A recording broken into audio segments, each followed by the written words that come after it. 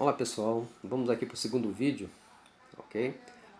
Nós paramos aqui nessas decisões tomadas pelos gerentes. Nós vimos aí custos, receitas, capital de giro, qualidade, né? Que são decisões que ele toma que afetam esses pontos. Tem outras decisões que têm a ver com velocidade de resposta, né? Às vezes a demanda do cliente pode ser melhorada se eu tiver um aumento no estoque.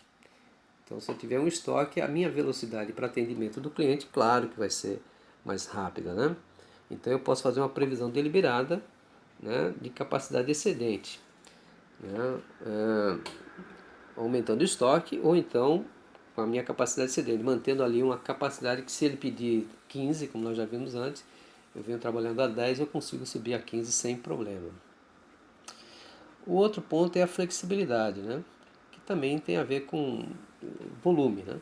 É a mesma coisa. Se eu venho trabalhando, fornecendo para o meu cliente, esse cliente é um cliente importante, né? Vamos dizer que ele consome aí praticamente 40% da minha produção, eu vou tratar ele que nem um rei, né? Então eu tenho que manter ali uma capacidade de atendimento desse cliente. Então a flexibilidade de volume é uma delas, que nada mais é do que eu ter capacidade no meu sistema sobrando para que eu possa atender variações de consumo desse cliente. Se no mês ele pede 10, no outro mês ele pede 15, eu tenho que ter condições de atender o pedido dele, né, para que ele não vá procurar um concorrente e a gente possa ter problema de perder o cliente. Outro ponto também tem a ver com confiabilidade no fornecimento, que também tem tudo a ver com a capacidade, né?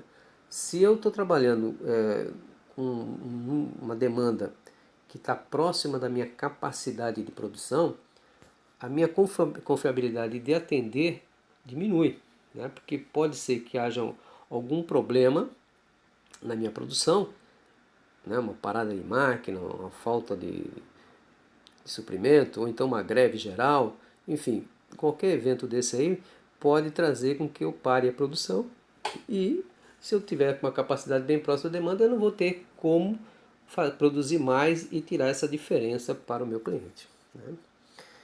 Ok, bom, vamos ver aqui também medidas de capacidade, né? Como é que eu meço esses volumes, né? Então nós estamos falando de capacidade, mas capacidade tem que ser medida em alguma coisa, né? Metros cúbicos por hora, toneladas por hora, litros por semana, toneladas por mês. Tem que ter uma unidade. Então vamos ver as principais unidades aqui para algumas operações, né? Por exemplo, fábrica de ar condicionado, né? Normalmente nós temos duas formas de definir uma medida de capacidade. Uma através do insumo e a outra é medida de capacidade de volume de produção. Tá? No caso do ar-condicionado, a medida de capacidade de insumo seria hora de máquinas disponíveis. E a medida de capacidade por volume seria número de unidades por semana. Vocês vão ver nessas duas colunas aí que as que estiverem marcadas em negrito são as unidades mais usuais, né? São as que são mais usadas para se referir a esse tipo de equipamentos. Por exemplo, hospitais, né? A unidade mais usual é leitos disponíveis e não número de pacientes tratados por semana. Teatro, número de assentos, não número de clientes entretidos por semana. Universidade, número de estudantes e não estudantes graduados por ano. Loja de varejo, normalmente é a área de vendas e não número de itens vendidos por dia. Companhia aérea, né, a medida mais usual é número de assentos disponível no setor e não número de passageiros transportados por semana. Companhia de eletricidade, né, a unidade de capacidade, né, tamanho do gerador, um gerador de 2.000 kWh, por exemplo. Ou então, medida de capacidade de produção, megawatt-hora de eletricidade gerada. Por exemplo, na conta de luz de vocês vem quilowatt-hora mês, né? Quanto vocês consumiram de quilowatt-hora no mês. Não interessa para vocês como é que foi gerado isso daí. Cervejaria, volume dos tanques de fermentação, né? ou litros por semana. A mais usual é litros por semana. Ok? Bom, tem outros exemplos aqui de medida de capacidade, principalmente nas indústrias de base, essas indústrias grandes, né?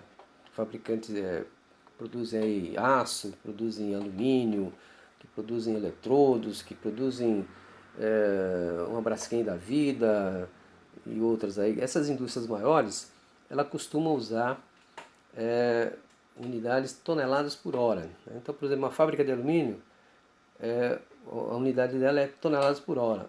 Uma fábrica de aço, toneladas por hora. Né? Uma fábrica de automóveis é unidades por minuto, por hora, por mês. Né?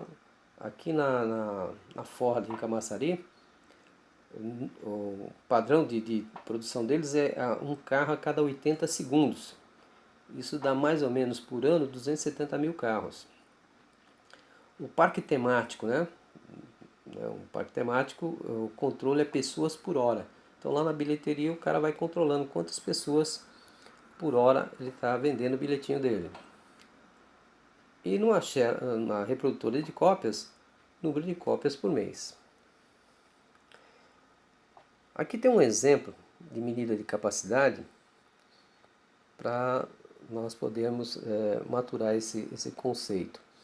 Então a medida de capacidade ela depende principalmente do mix das atividades.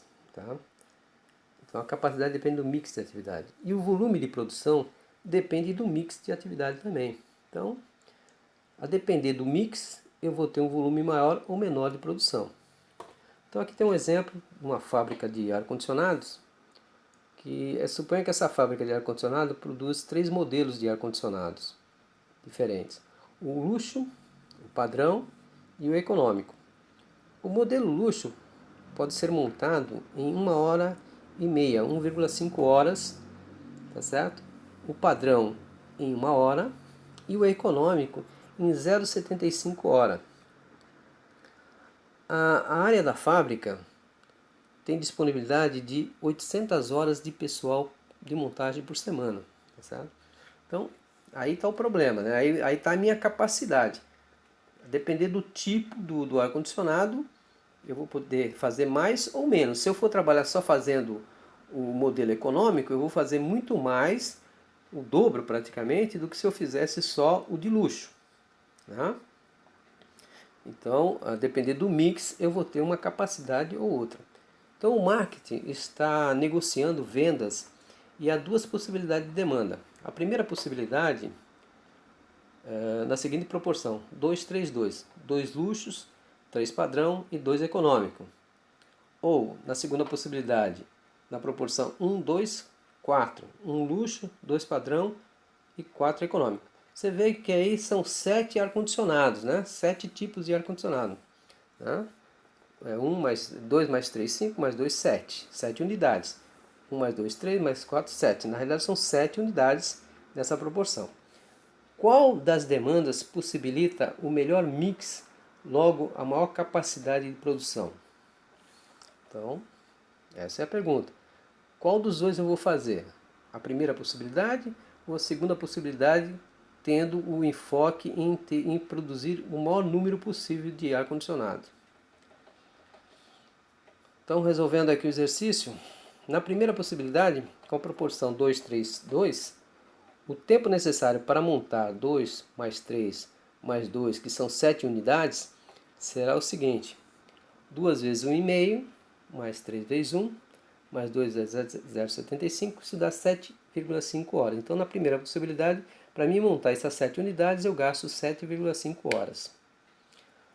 O número de unidades produzido por semana será 800 dividido por 7,5 vezes 7. Então vai me dar aí 746,7 unidades por semana.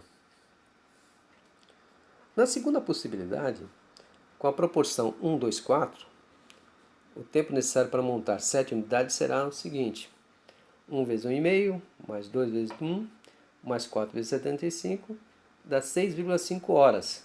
Né? Então eu gasto 6,5 horas para montar 7 ar-condicionados. O número de unidades produzidas por semana vai ser 800 dividido por 6,5 vezes 7, que dá 861 1,5 unidades. Então, essa segunda possibilidade é mais interessante em termos de mix de produção. Eu consigo produzir mais. Na primeira eu produzo só 746 unidades e na segunda eu produzo aí 861 unidades. Tá? Ok? É um exemplozinho de aplicação. Vamos agora para as definições de capacidade, né? Quando nós estamos projetando uma fábrica ou uma unidade, né, você tem que calcular as capacidades, né? Então você vai passar lá para o pessoal da engenharia, olha, eu quero que essa máquina produza aí, por exemplo, 1000 peças por hora. Então o projetista ele vai fazer os cálculos, vai definir os materiais, a velocidade, enfim, toda a parte de engenharia, de tal maneira que aquela máquina te dê 1000 peças por hora. Então a capacidade de projeto é a produção máxima que uma unidade produtiva consegue realizar em condições ideais. Então, nas condições ideais, tudo certinho, aquela máquina tira 1000 peças por hora. Então essa é a capacidade de projeto. Só que essa capacidade de projeto é o pico da capacidade, né? É o máximo. Nenhum equipamento trabalha no máximo 100%. Não tem como trabalhar 100% no máximo. Então, na realidade, a capacidade efetiva, que é a capacidade real ou nominal, ela vai baixar essa quantidade, né? Então, se eu faço 1000 peças por hora num projeto, na capacidade efetiva nunca vou chegar a 1000. Né? Por quê? Porque eu vou ter uma produção máxima que uma unidade produtiva pode manter economicamente sob condições normais. Porque eu tenho outros tempos parados, né? Eu não consigo trabalhar 8 horas, né?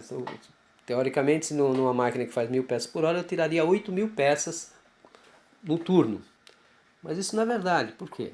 Porque no turno eu tenho parada para reunião de segurança, eu tenho parada para manutenção preventiva, eu tenho parada para almoço, tá certo?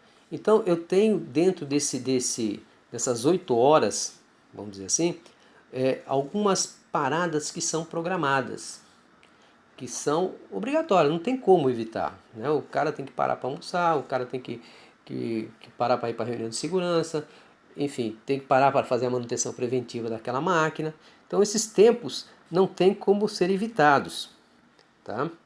Eles vão estar lá. Opa, que atrapalhei aqui, voltando aqui a telinha. Então, não tem como ser evitado. Você vai estar com essa capacidade diminuída. Então, a capacidade real vai ser o quê? Tirando esses horários, né?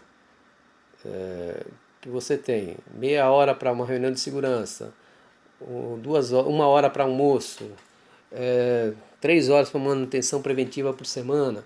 Então, você tirando esses tempos, vai te dar a capacidade efetiva, né, daquela máquina. Né, quanto realmente essa máquina vai produzir. E a capacidade útil, tá certo? É justamente quando você não programa essas paradas. Então, o que está programado está acertado, está acordado, então está lá, está nos cálculos do pessoal que faz os custos e tudo mais. Mas só que durante a produção você tem o que se chama de capacidade útil, que é aquilo que não foi programado, mas que acaba acontecendo. Quanto mais eficiente você for, menos eu vou ter essas paradas não programadas. Então, capacidade útil é a produção real obtida considerando fatores como problemas de qualidade, parada de máquinas não programada, que poderiam ser evitadas, mas não o foram. Então, toda vez que eu tenho um problema de qualidade que não estava previsto, ou uma parada de máquina não estava previsto, isso acaba impactando na minha capacidade, que é chamada capacidade útil. Eu vou parar por aqui o segundo vídeo, tá certo? E logo começa o terceiro.